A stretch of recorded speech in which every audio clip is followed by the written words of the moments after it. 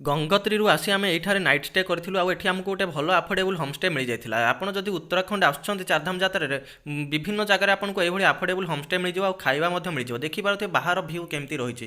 ସବୁ ଜାଗାରେ ଆପଣ ଏଇଭଳି ହିଁ ଭିଉ ଦେଖିବାକୁ ପାଇବେ। ଆଉ ତାପରେ ଆମେ ଏଇଠୁ ବାହାରି ଯାଇଥିଲୁ ଆମର କେଦାରନାଥ ଯାତ୍ରା ଅଭିମୁଖେ। ତ କେଦାରନାଥ ଯିବା ପାଇଁ ଆମେ ରେଡ଼ି ହେଇଯାଇଥିଲୁ। ତାପରେ ଆସିଲା ବାଟରେ ଆମର ହୋମଷ୍ଟେର ଅନରଙ୍କ ସହିତ ଦେଖା କରିକି ଆମେ ବାଏ ବାଏ କରିକି ଆସିଲୁ। ସେ ଆମକୁ ବିଦାୟ ଦେଲେ।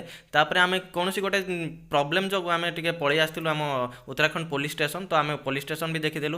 ଦେଖିପାରୁଥିବେ କେଉଁ ଭଳିଆ ସବୁ ନଜାରା ରହିଛି, କେଉଁ ଭଳିଆ ସବୁ ଭିଉ ରହିଛି।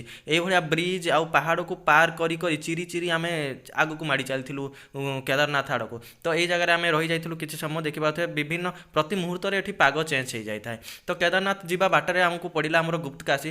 ଗୁପ୍ତକାଶୀ କଥା ମୁଁ ବି ଜାଣିନଥିଲି। ତ ଆମକୁ ରାସ୍ତାରେ ମିଳିଗଲା ଯେହେତୁ ଆମେ କହିଲୁ ଦର୍ଶନ କରିଦେବା। ଆଉ ଗୁପ୍ତକାଶୀର ମହତ୍ତ୍ୱ ହେଉଛି କି ଏଠି ଆମର ଶିବ ଭଗବାନ ଏଠୁ ଗୁପ୍ତ ହେଇଯାଇଥିଲେ, ଯେଉଁ ଯାହାଦ୍ୱାରା କି ଆମକୁ ପଞ୍ଚୁପାଣ୍ଡବ ପାଇନଥିଲେ ଆଉ ତାଙ୍କୁ ଯାଇକି ଖୋଜି ଖୋଜି କେଦାରନାଥ ଧାମରେ ଶିବଙ୍କୁ ପାଇଥିଲେ।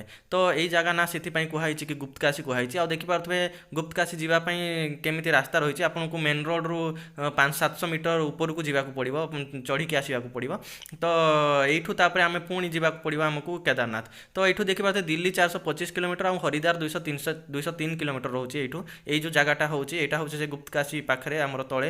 ଦେଖିପାରୁଥିବେ ଏଇଠି ସେ ଉପରକୁ ହିଁ ଯିବାକୁ ପଡ଼ିବ ଆପଣମାନଙ୍କୁ ଯଦି ଗୁପ୍ତକାଶୀ ଯିବାକୁ ଚାହୁଁଛନ୍ତି, ଲୋକମାନେ ଯାଉଛନ୍ତି। ତ ଏଇଠୁ ଆଉ ଆମକୁ ପୁଣି ଯିବାକୁ ପଡ଼ିବ ଆମକୁ ସନପ୍ରୟାଗ, ସନପ୍ରୟାଗରୁ ଗୌରୀକୁଣ୍ଡ, ଗୌରୀକୁଣ୍ଡରୁ କେଦାରନାଥ। ଦେଖିପାରୁଥିବେ ଏଇଠୁ ରହିଛି କେଦାରନାଥ 48 କିଲୋମିଟର, ଗୌରୀକୁଣ୍ଡ ରହିଛି 34 କିଲୋମିଟର। ତ